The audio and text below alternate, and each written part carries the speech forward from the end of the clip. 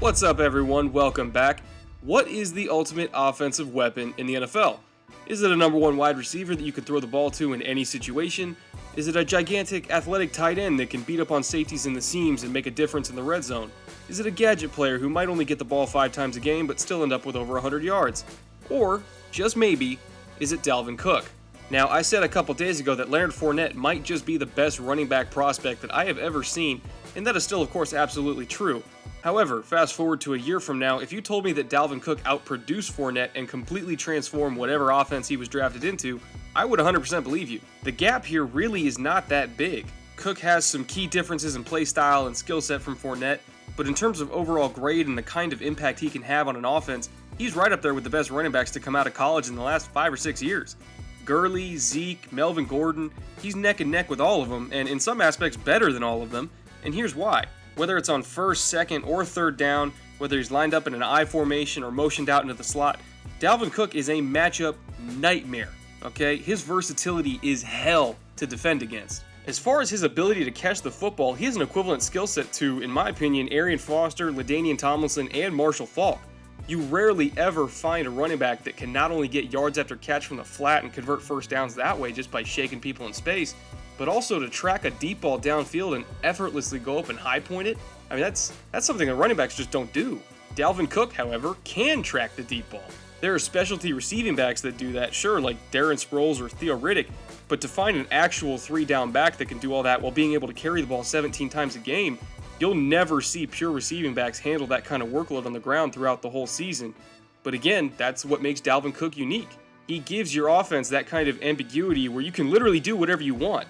You're not rotating different backs in to handle different roles, which of course tips off defenses as to what you're trying to do in the first place, because Dalvin Cook can handle every role you need him to. Except maybe pass protection, he's really not that good of a blocker, but we'll get into that later. Now, in terms of expanding on that versatility of the offense, Cook is one of those rare backs out there who can read any style of blocking fluently. I talked a little bit the other day about Fournette and how he really operated better out of a 2-back set, and how he read gap-style runs better than zone-style runs, and that isn't the case with Cook. If you want to run zone, he can run zone. If you want to run power, he can read power just fine. It can be single back, it can be 2-back, it really doesn't matter with him. Florida State actually predominantly ran a very similar system to LSU in that they were just smashing people with the power run game out of 2-back sets for most of the day. But the fact that they had Cook meant that they could mix in zone runs more frequently to throw defenses off balance, because they knew that Cook would have no trouble reading it correctly if they wanted to throw a changeup. And regardless of what style of run they called, the first thing you notice is that Cook has the feet to make anything work. I mean, damn, does he have great feet. Not only can he make the one-step dead leg cut on zone runs that you see all the great slashing backs do, Arian Foster being a prime example, but his ability to stop, start, and reset when navigating through the line on gap scheme runs is really impressive. He doesn't have the same violent running style of Fournette that punishes defenses with body blow after body blow, but he's more of that elusive, slippery kind of back that you just never really get a good angle on because he's so shifty in the hole. I liken him to kind of a running back version of a cobra. He's just kind of slithering through traffic, picking his spots, feeling it out, and as soon as he gets an opening, he strikes and just explodes upfield. Really, the only way to stop him is just to have great gap discipline on every single snap, because if you give him even a tiny crease, he is slippery enough to get through it and grab a few extra yards, if not more. There's a particular run against Florida that really showed off his feet and loose hips and kind of encapsulated what Dalvin Cook is all about to me. It's off-tackle lead here in the first quarter, and he's got the agility and instinct to reset his hips outside and follow his fullback, then get the linebacker to leverage himself outside of that lead block, then jump cut inside of that block to make him miss, and then once he's through off the jump cut, he immediately resets his hips outside again to get the edge, all while staying balanced through tackles at his feet. I mean, this might be something that even Fournette can't do, to be honest. There are some things that Leonard can do that I don't think Dalvin can do, like posterizing people with pure power as well as pass protecting against NFL-sized linebackers. But this run right here shows fluidity and balance that I don't think even Fournette has in his vast arsenal of tools. Everything about this run is special, and I mean everything. Now, since I mentioned that there are some things that Fournette can do that I don't think Cook can, I might as well go over those now. For starters, Dalvin really does not bring a lot of power to the table. He's not a guy that I'm going to put in on short yardage or goal line situations when you know you're going to have to brawl your way through the line of scrimmage and the defense is playing run all the way. He just doesn't have that kind of punch to him. Even when defenders do square up on him in space, which is much easier said than done, but still it did happen, he wasn't able to just drive through people and get that extra 2 to 4 yards. He might fall forward for a yard, sure, but he wasn't dragging anyone or punishing them for trying to tackle him. Cook doesn't have that sledgehammer style that wears people down throughout a game. Nobody's going to be afraid to tackle him. He is hard to get on the ground because he's so elusive, yes, but he's not hard to hit, if that makes sense. Even on runs where he shows that incredible elusiveness, breaking some tackles in the backfield, getting back to the line of scrimmage, or making something out of nothing, those are very impressive, and of course it is nice to see him be able to do that from time to time, but those kind of runs are few and far between where multiple people just bounce off of him. Compare that to Fournette, and it seemed like every other run there was a defender getting crushed by his power.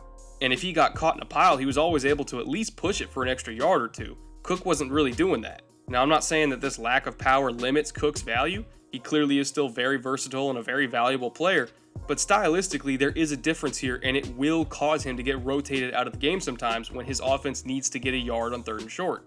To build on that, his lack of power did cause some problems for him in pass protection. He doesn't have the strength to sit in the chair, as offensive line coaches would say, shoot his hands into the blitzer's chest and anchor against the rush. He just can't stone people like bigger backs can because he's not built for it. The best pass protector in this class, in my opinion, is D'Onta Foreman from Texas, and he's 250 pounds. Cook hovered between 210 and 215 the whole season, which is a difference of almost 40 pounds. He's just not built to square up on people and eat the blitz like Foreman or Fournette can. Really, all he could do effectively in pass protection was cut blocking, because that took size out of the equation, but eventually defenses figured out that cut blocking was pretty much his only option, so they were ready for it anyway. In short, if I'm his offensive coordinator and it's 3rd down, I'm not even bothering isolating him in protection. I'm just never going to do it. Unless he's chipping or doubling on somebody that needs help, he will never pass protect. He is way more valuable as a receiver anyway. I'd rather let him pick up a few first downs at the hot read than leave him in protection and get smoked, or worse yet, have my quarterback get smoked because he blew a block.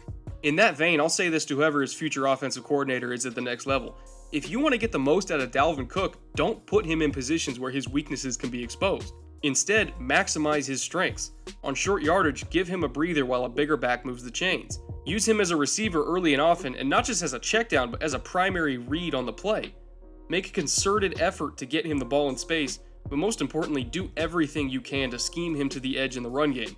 Whether it's stretch plays, crack toss, sweeps, I really don't care how you do it. Just get him to the edge in any way possible and let him do the rest. If your philosophy with the run game is to pound it inside 20 to 25 times a game and wear people out, don't even draft him. There's other backs that can do that. Dalvin Cook can run it inside perfectly fine. We saw that earlier, but doing it that many times in a row is a complete waste of his God-given talent when he is so unbelievable in space. If you're drafting him to outflank a defense, not hit them up the middle. Just look at how the Falcons used Tevin Coleman or the Chiefs used Jamal Charles back in the day, and do that. Do it over and over and over again every single week. I promise you, you'll love the results. Cook is a gifted running back and arguably the premier offensive weapon in this entire draft class. Even if his grade is a little bit behind Fournette as a total package, if he goes to the right team, he could very easily outproduce Fournette from a yardage standpoint just because he's that talented. We are looking at a Pro Bowl running back right here out of the box, and I really can't wait to see what team he ends up on and how they integrate his skill set into their offense, because if he's on the right ball club, he could be something really special. Alright, that's all I got for this episode. I'm going to be switching gears a little bit here next Tuesday and go for my number 2 running back to my number 2 defensive end, Malik McDowell from Michigan State. He's not getting a lot of pub right now because everybody's so infatuated with all the defensive line talent coming out of the SEC this year, as usual. But I promise you that when his motor is running hot, McDowell is as good or better than pretty much every other lineman in the country, and that includes Myles Garrett. His potential really is that high. You can of course find my previous report on Leonard Fournette at the link on the screen, as well as links to my Twitter and Patreon pages if you want to support the channel. A huge thank you to everyone who stuck by me through that forced hiatus during the 2016 NFL season. I hated being gone just as much as you all hated me being gone, but I'm glad to be back and pumping out content for everybody. Your comments and words of encouragement really were the highlights of my day. I read all of them, even though I don't quite have the time to respond to everybody, but again, thank you so much for your support. It is really appreciated. But with that, until next week, later.